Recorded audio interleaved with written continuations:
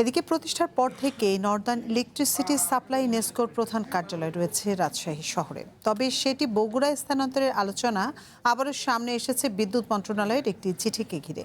এরই মধ্যে প্রতিবাদে নেমেছেন রাজশাহীর বাসিন্দারা। 2016 সালের অক্টোবর থেকে রাজশাহী ও রংপুর বিভাগে বিদ্যুৎ সরবরাহ করে আসছে নেসকো। শুরু থেকেই প্রতিষ্ঠানটির প্রধান কার্যালয় রাজশাহীতে। তবে বগুড়ার সংসদ সদস্য মীর শাহী আলম স্থানীয় সরকার, পল্লী উন্নয়ন ও সমবায় প্রতিমন্ত্রীর দায়িত্ব নেওয়ার পরই নেসকোর প্রধান কার্যালয় রাজশাহী থেকে স্থানান্তর করে বগুড়া নিয়ে যাওয়ার উদ্যোগ নেন। এই কার্যালয় বগুড়া শহরে স্থানান্তরের প্রয়োজনীয়তা তুলে ধরে বিদ্যুৎ, জ্বালানি ও খনিজ সম্পদ মন্ত্রণালয়ে চিঠি পাঠান তিনি। এই খবর ছড়িয়ে পড়লে ক্ষুব্ধ প্রতিক্রিয়া জানায় রাজশাহীর সাধারণ মানুষ। এই প্রেক্ষিতে ওই সময় খানিকটা পিছু হটেন প্রতিমন্ত্রী। এটা আমরা চিন্তা করেছিলাম যে বগুড়া করা যায় কিনা, তো পরে রাজশাহী থেকে আবার জোরালো দাবি উঠেছে যে না, এটা রাজশাহীতে থাক।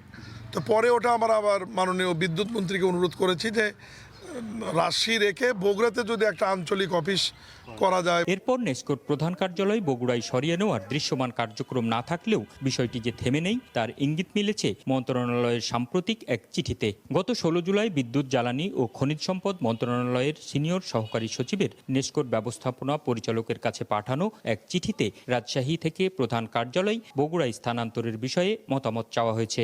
আর সেই চিঠির তথ্য প্রকাশের পরই নতুন করে ক্ষোভ ছড়িয়েছে রাজশাহীতে। প্রতিবাদ জানাতে রাজপথে নেমেছেন বিভিন্ন শ্রেণী পেশার মানুষ।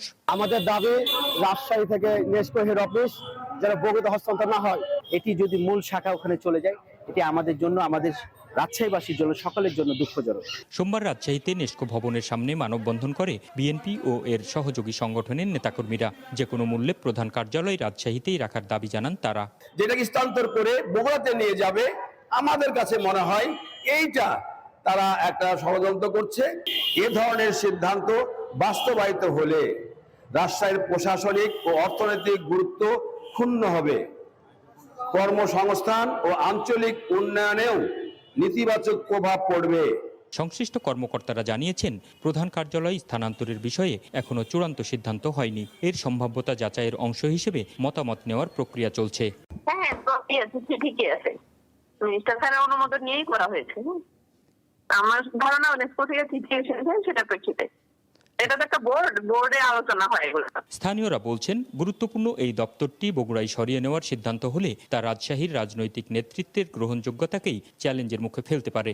স্থানীয়রা বলছেন, গুরুত্বপূর্ণ এই দপ্তরটি বগুড়ায় সরিয়ে নেওয়ার সিদ্ধান্ত হলে তা রাজশাহীর রাজনৈতিক নেতৃত্বের গ্রহণযোগ্যতাকেই চ্যালেঞ্জের মুখে ফেলতে পারে। Ahsan Habib, Apu, one news, Rajshahi.